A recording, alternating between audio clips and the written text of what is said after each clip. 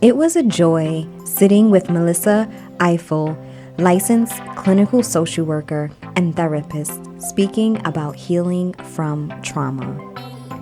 Most of us are unaware of the trauma we've endured. We don't always know why we do what we do, or even why we think what we're actually thinking. And it's so important to reconnect with who we truly are. At times, that starts with acknowledging what we've been through. Listen in as Melissa shares different types of trauma, how disturbing experiences can literally change our brain, and how we can move forward in overcoming it all. This is LifeClub.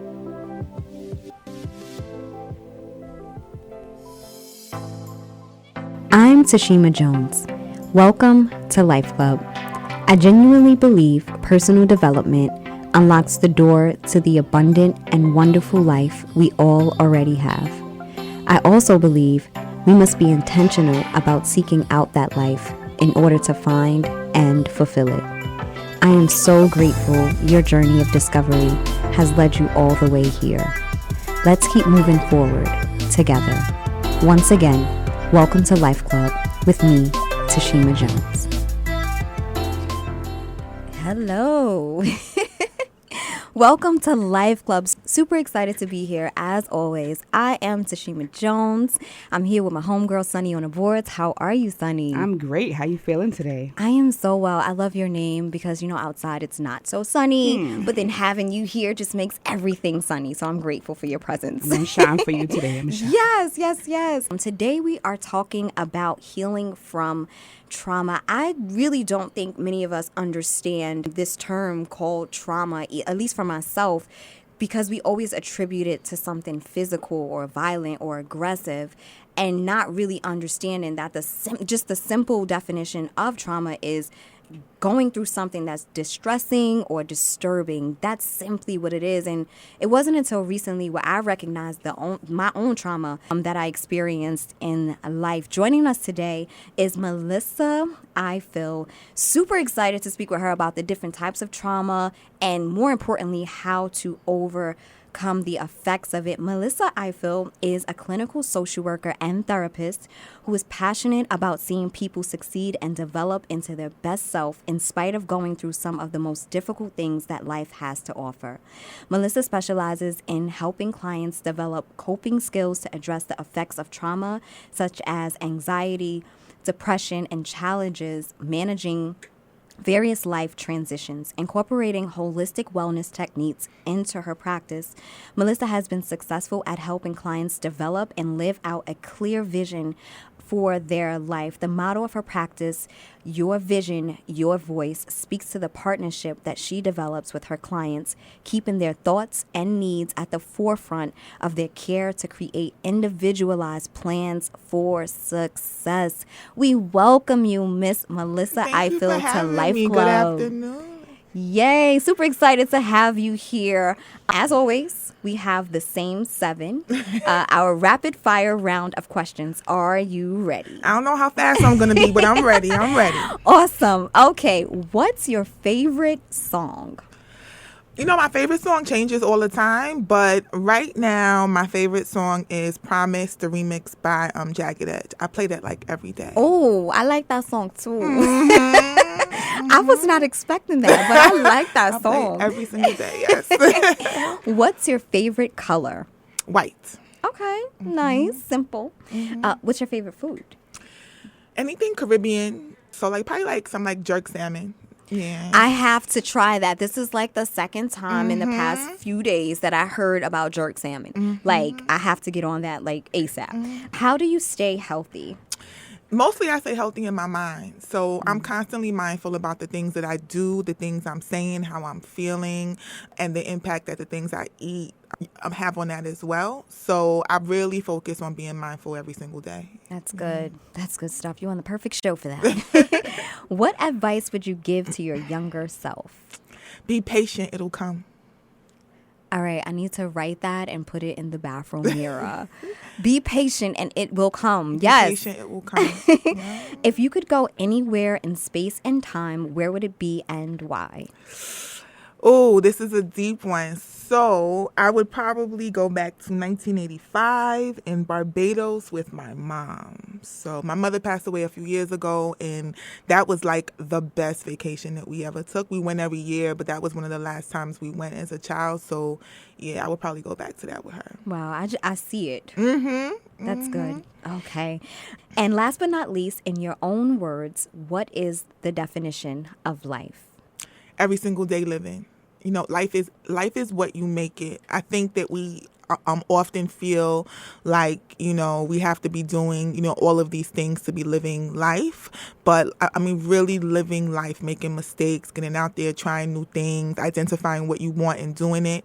That's living life to me. And it's so good and so like tied into just a revelation, if you will, I had recently where we say living life to the fullest. Mm-hmm. To live life to the fullest is to fully live life, like to be in it. To be in it. No matter how much it feel hurts, yes. to feel it, to like go through every single emotion, to do the things that you want to do and not be afraid, or to do it in spite of being afraid, actually. But like really living your life, that for me, yes. is important to remember. Whew, that's some good stuff. That concludes the same 7 our rapid fire round of questions. But every time I do that, I feel like that's a whole interview in itself. It is. It really could be. It really could be. Yes. All right. So we're going to jump right into our topic of trauma. Like I mentioned, you know, before, a lot of us don't recognize that we have, you know, experienced some traumatic events in our lives. And I think that's one of the things that holds us back from healing from it. So how do you define trauma in medical terms? So what I'll start by is saying this. So, you know, clinically, when we diagnose for the purposes of treatment, we use something called the Diagnostic and Statistical Manuals. Now we're on version 5, right? So for the DSM, trauma is defined as, you know, any experience that you go through that makes you feel either in fear for your safety or your well-being, and it impacts you significantly emotionally. And there's certain criteria for, you know, diagnosing somebody with PTSD that, you know, really has to do with how they deal with, you know, those life experiences. But, you know, what we're learning as a community, not just people of color, but as well in the clinical community, is that trauma takes on so many different forms. And so whether somebody comes in to see you and they meet the specific criteria for PTSD, you know, we're learning that acts of physical violence, right, which people typically understand to be trauma, sexual violence, right, domestic violence, things that like you go through, yes, that's trauma, but witnessing those things in your household is also very traumatic. Witnessing violence in, you know, your community is very traumatic. You know, neglect of any kind is very traumatic. Food insecurity is very traumatic. Financial insecurity is very traumatic. So trauma in general is anything that you experience in life that impacts you so significantly that it changes your functioning. It changes how you view the world. It challenges your perspective of safety, and it also challenges your perspective of being able to see yourself in the world as a whole person, you know, who can accomplish many things. Wow. I'm so glad you made a point of saying witnessing something, because oftentimes things don't directly happen to you, especially as a child. You know, certain things you may not witness. And you may not experience directly to you, but you may witness it. And that's part of the trauma that I experienced, was seeing, you know, certain things, be it domestic violence, be it drugs, experiencing a lot of people passing away at the same time. So I was going through all of these things at a very young age, not really having an outlet to share in order to, I guess, start that healing process sooner than later. And then another thing is that we become adults and we may act in certain ways that we don't necessarily understand, and we can't really pinpoint it to a part of our lives where these things happen, especially if it wasn't directly happening To you, correct. to you. So that's freedom in itself, just understanding that if you witness something, it can have an impact on you just as much as it would the person that it's actually happening to. What are some of the results of witnessing or experiencing traumatic situations? So what I don't think that we completely, understand, and what, even clinically and, medically, doctors and therapists are, coming to understand over the past few years is that witnessing and experiencing trauma has very distinctive changes that occur within your body and your brain. Okay. So, oftentimes, if you grow up in a certain community, right, community violence is something that is, pretty normalized, right? So you see people beat up every day, or that a friend of yours could be killed, or people who put themselves in, high-risk circumstances, or you might put yourself in different high-risk circumstances, not necessarily understanding that through the consistent exposure to certain things, you are actually rewiring your brain and your nervous system, right? So that as you get older, you're having these experiences where it's like, like you're jumping at every little thing, right? Or like somebody might approach you in a certain perspective and you think that they want to fight you, or you think that something's going to happen to you, and you have no idea why you have that world perspective. But it's because it's been through different traumatic situations that told your brain this is what happens if you're in this type of situation. It creates anxiety, it creates digestive issues, it can lead to depression, and prolonged, persistent, especially complex trauma can also lead to, chronic health conditions. So we're talking about high blood pressure, we're talking about congestive heart failure, we're talking about like immune disorders. So it affects the body and the brain in a very, very concrete way. There's actually something that's called like the ACE study, which is the Adverse Childhood Experiences Study. And so what they did was they took different categories and they followed people who had certain life experiences over time. The more different types of trauma that you're exposed to, the more chronic health conditions you are likely to develop throughout the span of your life. And so that's why treatment and, healing from traumatic experiences and understanding what you've been through is so critical, because it's not just impacting your emotional wellness, but your physical wellness and the length of your life as well. Wow. So you mentioned PTSD. Could you go a little bit in more detail as to what that stands for and what it actually is? So post-traumatic stress disorder is a specific diagnosis for people who have dealt with a traumatic experience that made them feel like their life was at risk, or the life of, someone that they cared about was at risk, right? So within the context of like diagnosing, there's specific criteria that has to do with flashbacks, right? That has to do with like mood dysregulation as a result of the traumatic experience, disassociating or like not being connected to your body or the world around you as a result of that specific life experience. So like post-traumatic stress disorder is a very specific clinical diagnosis that fits into a specific type of box, right?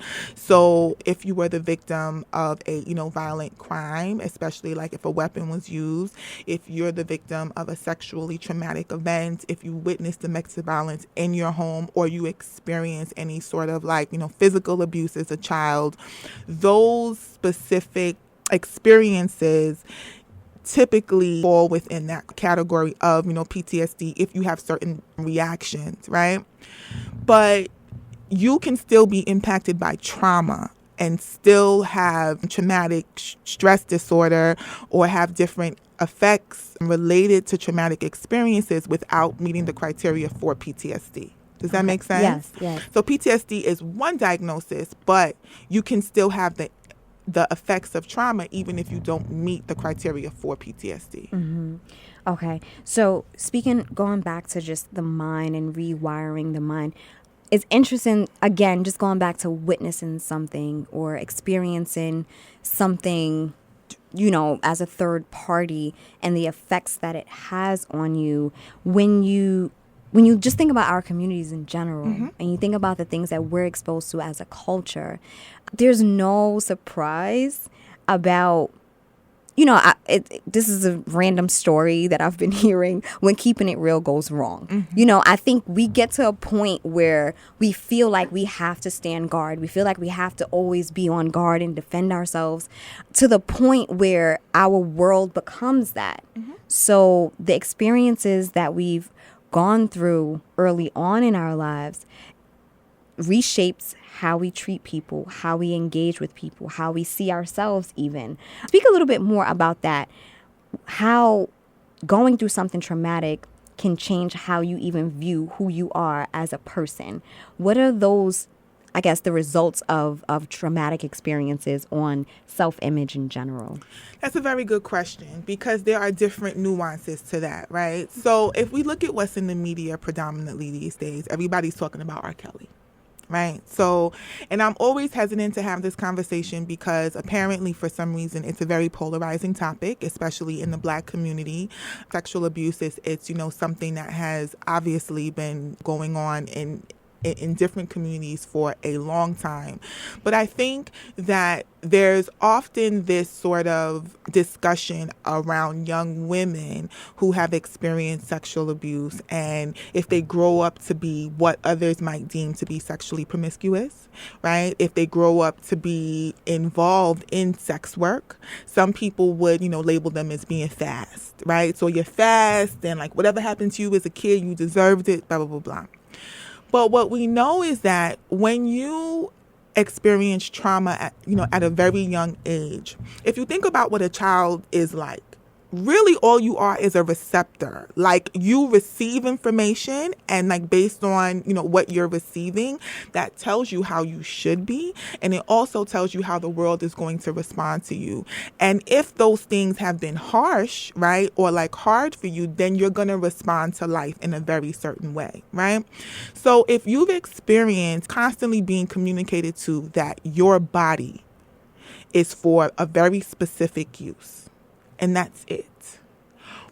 Oftentimes, for some people, they internalize that to be true because you've never had any other experience. You don't know that your body can be used for other things, right? For others, in order to regain power over their life, they then start to say, well, if my body is just going to be used for this thing, then I'm going to have control over it. You're not going to come take it from me. I'm going to decide who and when I give it to. So if you're not really given the opportunity to formulate healthy connections to others, healthy connections to yourself, to really learn what things develop a healthy self-image, then you will engage in behaviors that sort of replicate the experiences that you've had, and oftentimes, try to gain mastery over those experiences that have hurt you.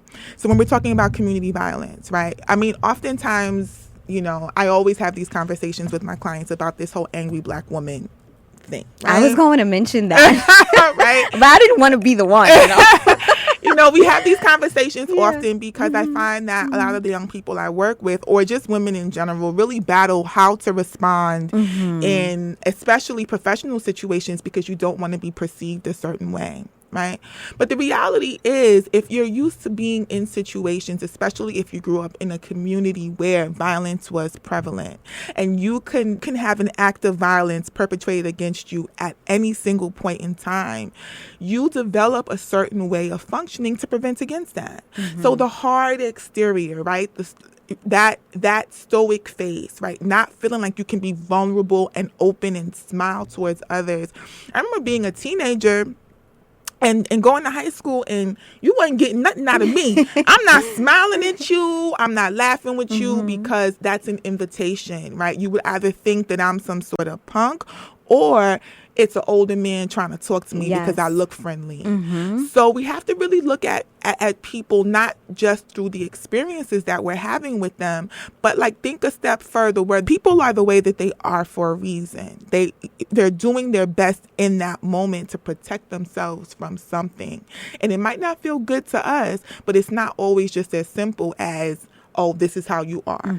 Does that make sense? 100%. And just making the connection between the experiences we have, our brain being rewired to safeguard ourselves against those experiences, the angry black woman situation, because it's so true. And that's why I said, we're keeping it real goes wrong, because a lot of people from certain cultures and certain communities feel as if they have to be real, if you will, and what it is in reality is you just responding to your past experiences, correct. Not necessarily where you are in this moment. Correct. And you always have the option to choose. That's something else that just through this conversation, you have the option to choose which direction you'll go in. Even though you may have had traumatic experiences in the past, it doesn't necessarily mean that your present or even your future experiences will have the same results. Definitely. But I think that in order to get to a place where you understand that you have, multiple choices,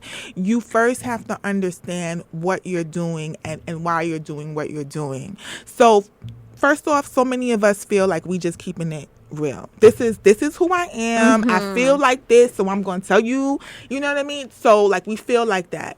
But we don't take the time, just like we're asking people to not judge us, but we don't take the time to be introspective and say, I'm responding this way. Did I need to respond that way, right? So I'm responding this way because I believe that this will happen to me if I don't. And we don't really interrogate our own beliefs and perspectives enough to think, well, can this be handled differently? Can this be something else? Do I want to be this person? So I love the previous segment because oftentimes, especially when you grow up in an environment where you don't, where you suffer from, financial insecurity and, food insecurity, we're strictly in survival mode, right? We don't give ourselves the opportunity to even dream about not just how much money we want to make, but who we want to be as people, and how the things that we've been through have shifted our own perspective of who we are versus who we want to be, and the type of work that will go into shifting it back into what it needs to be for us, Definitely. We're going in the right direction, because I definitely want to spend more time on the healing process. During our break, we actually got into this conversation about genetics and how it's reshaped based on generations and things that have happened to people who have come before us. Could you speak a little bit more about that? So this is definitely not my expertise, and it's something that I'm, delving into a little bit more myself. But, what we do know scientifically is that because, trauma changes our nervous system and it changes your brain functioning as well, you then can pass that on to future generations. And the shifts within, our DNA and, our body, as especially people of color as well, have been passed down to us. So from slavery, from, different experiences of our family members, the body is an organism and it's meant to be self-sustaining. And so the way that the chemicals in the body respond to traumatic events, those things are then passed on from person to person within your family, and it can really alter how you respond to situations. Definitely. And I think, I shared a little bit about, having eczema, and then going a little bit deeper, it's more than just me drinking milk. You know what I mean? It's more than me just, being nervous. Where does this come from? There was a joke back in the day. They call me Nervous Purvis. That was me. And as I got older and as I started to just, develop personally, I recognized hold on, these things are attributed to things that I've experienced. And again, going back to my family makeup and just the dysfunction that I witnessed alone, let alone things that I wasn't even here to know, I recognized the connection between the two. And just moving forward and wanting to speak more about healing, what is the first step in actually dealing with those things? Because another thing I realize is that you're not only fighting your personal experiences, it's the experiences of people before you. Yes. So what is that first step in really healing from trauma? You know what? It's interesting because, everybody seeks healing for different specific reasons. But the first step for everyone is recognizing what is not working for you. If you think that everything is fine and you don't need any support or assistance, then the process of healing just it is less likely to work because you're not able to identify the areas that you want improvement in. And because the work is so difficult, like in terms of thinking and like consistently being mindful, you're less likely to be consistent with it. So being open to the fact of, you know what, there are some things about me and the life that I have versus the life that I want, that I really want to shift. And then being able to identify that. In my practice, that's why I start with all of my clients, well, the majority of them is, what is the life that you want? What is your vision for your life, because you get to choose. You may have been functioning on like autopilot before, but moving forward, you get to choose. And so what are we looking to choose from here on out? That's good. That's good. And like you said, recognizing it. And I just want to take this moment to really encourage our listeners to sit themselves down and be real with yourself. I think sometimes there's shame that may come along with acknowledging, trauma. Sometimes there's guilt. Sometimes there's confusion. Sometimes there's just stubbornness and pride, and you just don't want to change. And this is who I am.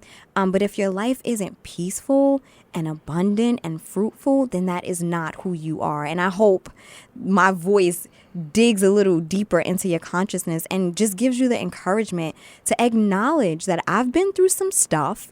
I'm not happy with it, and I want to move forward from it. Because acknowledging and recognizing it is the first step, and people don't even get to that door. They don't. But the other piece of it is you have to be prepared that not everybody's going to enjoy your journey. Mm-hmm. Speak about that. Not everybody's going to enjoy your journey, because oftentimes when you're living the life that you want to live, or you're seeking something different, it's a call to action for yourself. And you start to hold yourself accountable, and you start looking at the people around you like, hold up, I really don't want to be in this environment, or I don't mind being in this environment, but there are certain things I'm just not going to choose to do anymore. And that will cause discomfort, because oftentimes you're spending time around people who are doing the things that you're currently doing, and some of those things you might not want to do. And so they're going to be a little confused. They might feel like you're judging them. And so not everybody will enjoy your journey, but that's okay. You have to enjoy your journey and understand, what is important to you for your future. And so that's the important part of like being open, because it will create a lot of life changes, and some will be wonderful and some will be very, very uncomfortable, and that's okay. And I can attest to that, because I know when I started to really say, F all that, I need to experience this journey that I've been given. And what I've come to understand and accept is that the more of yourself you become, the more of yourself you attract. And with attracting more of yourself, you're going to repel a lot that does not belong. And like you said, it's okay. Do not panic. I could do a Holy Ghost dance. I could do a Holy Ghost dance on that statement, because that is the truth. And it's uncomfortable for you too, not just for others, because you have relationships with people who you care about. Some of them might be in your family. Some of them may be your parents. And it's like, okay, for you to be able to move forward, you have to develop a new kind of relationship, or in some cases, completely disconnect. And that is often difficult, because it's not what we're used to. And we're asking our brain to do a new thing. We're asking our body to do a new thing. And you're asking of your spirit for something different. And it becomes very, very uncomfortable. But if you sort of get used to that discomfort and understand that you're shifting into a new type of comfort, then you'll be okay on the other end. But, I never want to discount the challenge of the process, because the process it's not easy, but it's worth it. Definitely. And I always attribute it to what I call spiritual rehab. If someone goes into rehab and they're going through the cold sweats and they're, going through all these things, and it's almost like you want to give them the drug just so they can like chill out. Yes. But it's the purging of that drug that hurts the most, but it's so worth the results. And speak a little bit about, we're asking our spirit to do something different, and essentially we're asking our brains to do something different. How do we recondition our brain? Does the thought come before the behavior? Is the behavior before the thought? What are those, I guess, steps when it comes to the mental and emotional aspect of shifting your life and healing from trauma? I think that's a very, very excellent question. And, obviously I'm a therapist, so I'm a big proponent of therapy because oftentimes we function on autopilot, right? So the majority of the world is just surviving, right? So like something is said to you and you respond. You wake up every day and you do the same things. So in order to really shift, you have to shift your daily routine. You have to question everything that you want to do. One of my clients, she says, you're making me do mental gymnastics. You're making me do, because it really sometimes feels like you're jumping over hurdles. You're like scooting under because you're questioning everything that you think to be quote unquote true, because it's based off of these life experiences that have been hurtful, and your body and your brain are just trying to prevent those same experiences from happening to you again, as opposed to creating new possibilities.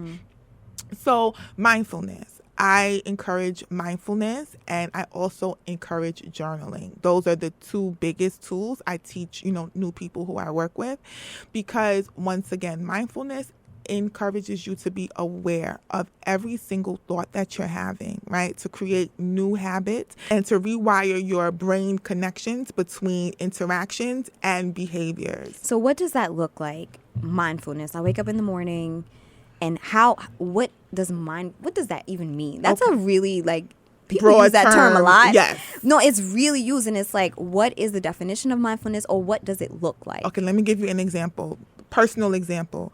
I wake up every morning, and the first thing that I want to do before I even think is pick up my phone.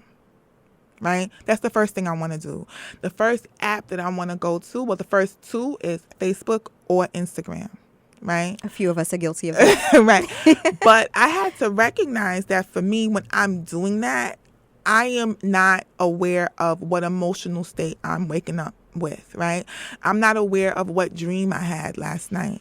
I'm not in touch with my body to see where my aches and pains are. Or I might actually wake up in a good mood, but I don't allow myself to actually experience that because I start to kind of zone out immediately. And whatever shows up on my feed, now I'm caught up in that, right? And then I start to react emotionally to that. So for me, one example of, my mindfulness routine is I wake up in the morning and I allow myself to feel whatever it is I'm feeling. We're hurt. Why does it hurt? Did I sleep a certain way last night? Did my daughter interrupt my sleep last night? Okay. Am I going to pick up my phone? Do I want to pick up my phone?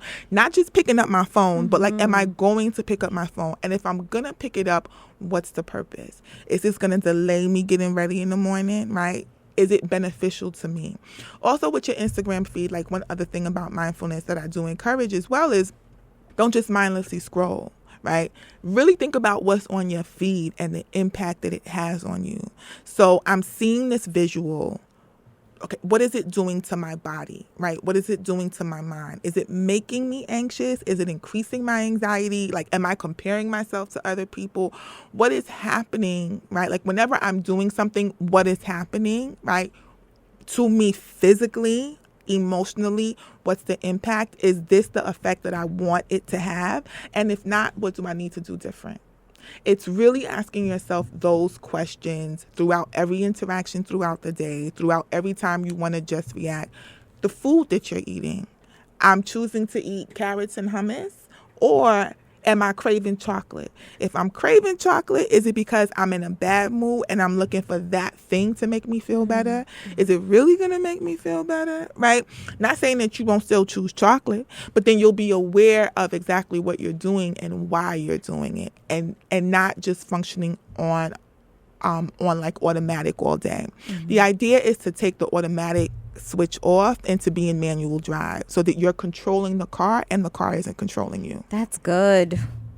Yes.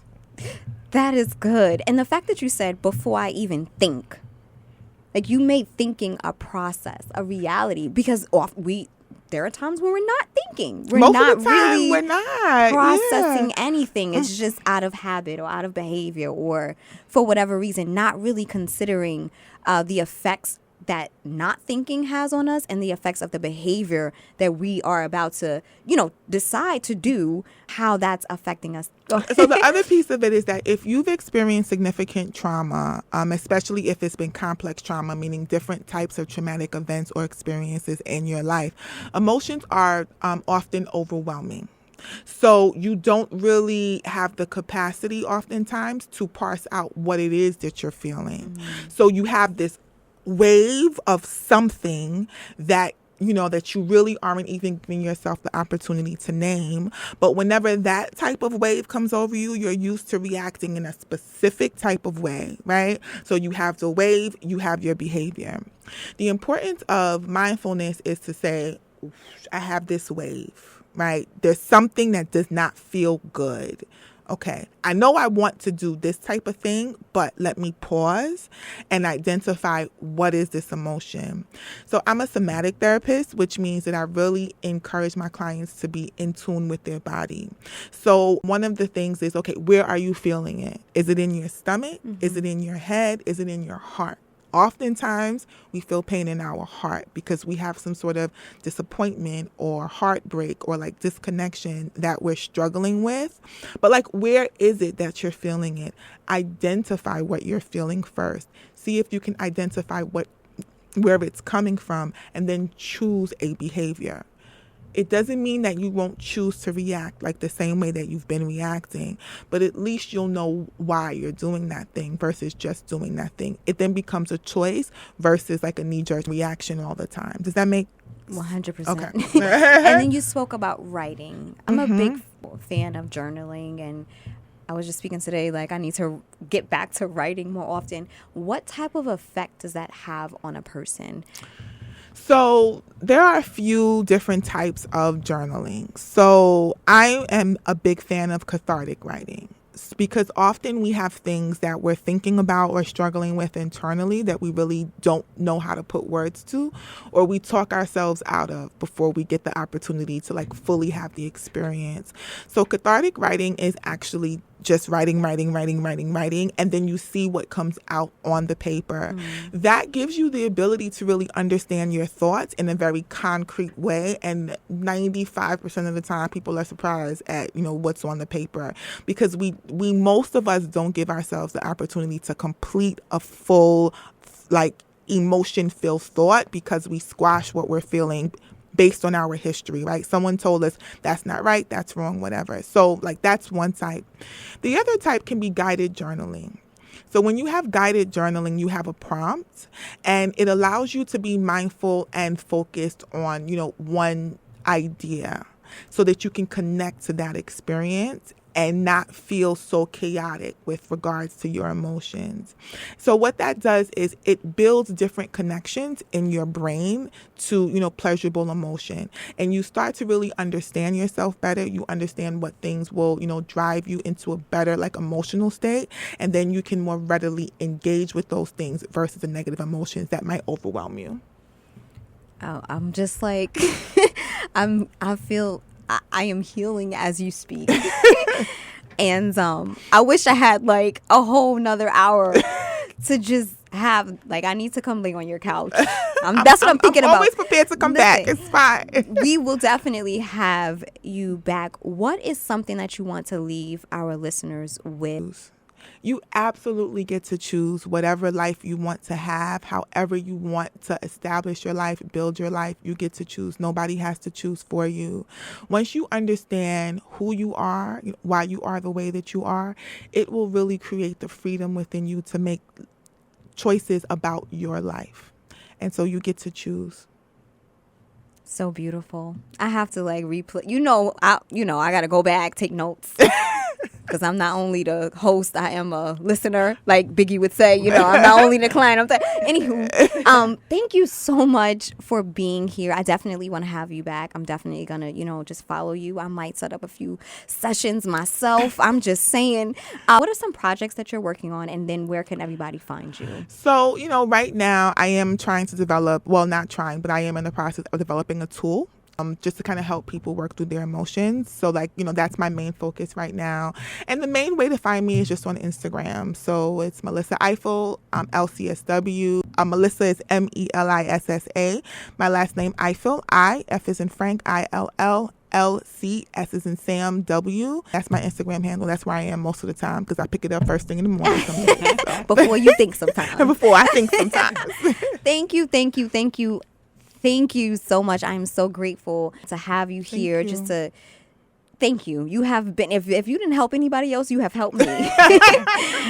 We appreciate your presence. Keep doing what you're doing. It's so necessary. Sunny, where can everybody find you? I am on Instagram as well at Sunny Delight. My vitamin C for the day. That's right. And I am Tashima Jones. This is LifeClub with Tashima Jones. You can find me on tashimajones.com. All of my social media and contact information can be found there. Until next time, remember your greatness. Talk soon. I am Tashima Jones, and you've been listening to LifeClub. Thank you for tuning in.